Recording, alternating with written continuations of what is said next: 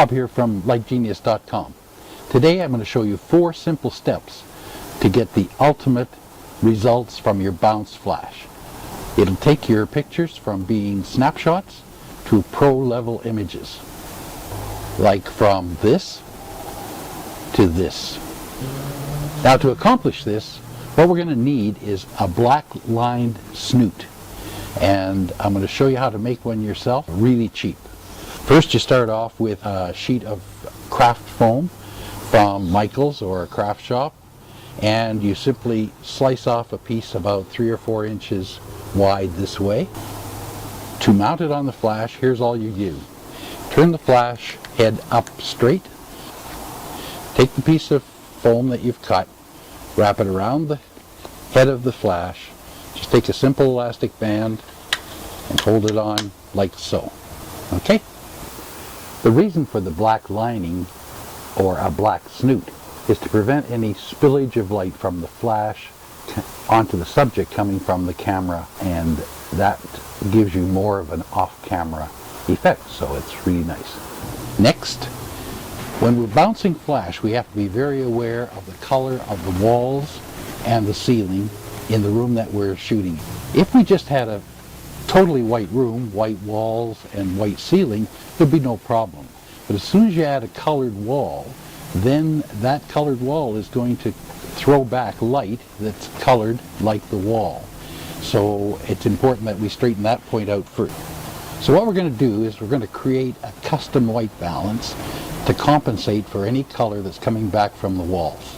So step 1 is, I guess, turn on your camera and put the camera on manual focus. Focus it firstly at infinity, then put the camera on manual focus, put a diffuser cap on the lens.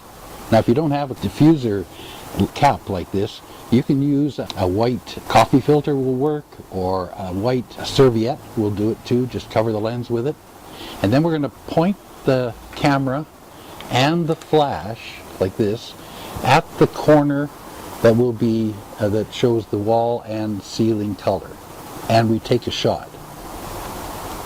This is what you'll end up with, just an image that looks gray. Now we go to the menu of the camera, custom white balance, and choose that frame that we just shot. Go to the white balance setting, choose custom white balance, and now you're good to go in that room, bouncing your flash from the walls and ceilings. If you change rooms, just go through the same process again. It's only 15 or 20 seconds, and your color will be true with that one. If you change your white balance setting to auto white balance, the camera will remember that image that you stored in custom white balance. So when you go back to custom white balance, it'll be fine for that room again.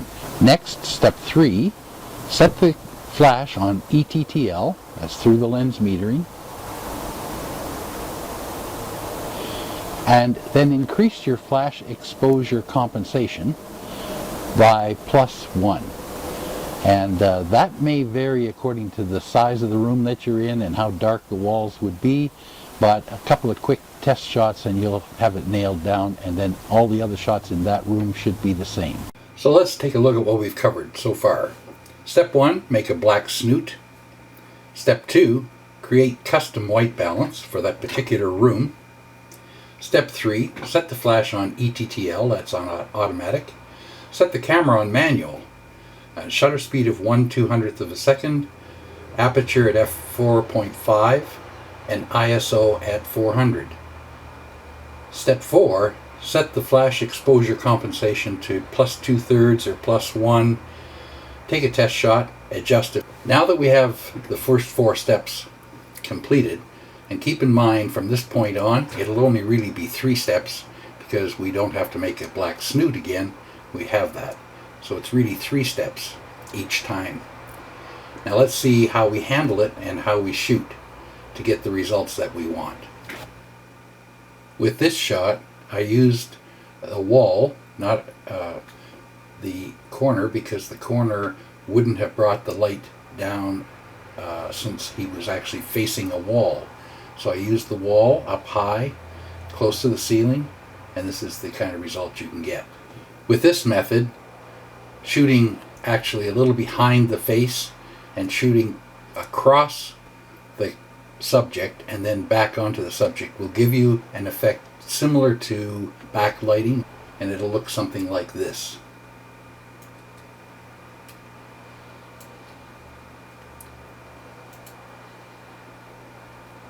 The best thing to do is to place the subject, figure out what corner or wall you're going to bounce from, and then move the subject a little bit to practice and see the different results. With a little practice, you can consistently get off-camera lighting that is far more attractive, has far more depth than straight-on flash.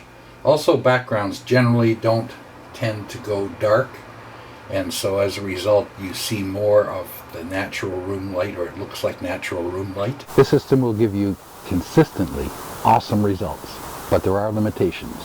The limitations are, in a very large room like a reception hall or a church, dark high ceilings, dark walls, or even brightly colored walls could throw a color cast that wouldn't be correctable even with custom white balance. So there you have it. 3 pretty simple steps to give you portrait style lighting, like off-camera lighting, with the flash on the camera, like this. Instead of harsh front lighted subjects like this. To get more great results with lots of different situations with your flash, just subscribe below, because we have quite a number of videos coming your way. If you have a particular flash situation that you'd like to see covered, make a comment below and tell us what you'd like to see, and we'll work on it for you. The absolute easiest way for you to improve your flash photography instantly is with the use of the Lite Genius Lite-Scoop. To get more information, click on the link below, or drop in and see us at www.litegenius.com. Thanks for watching. Talk to you soon.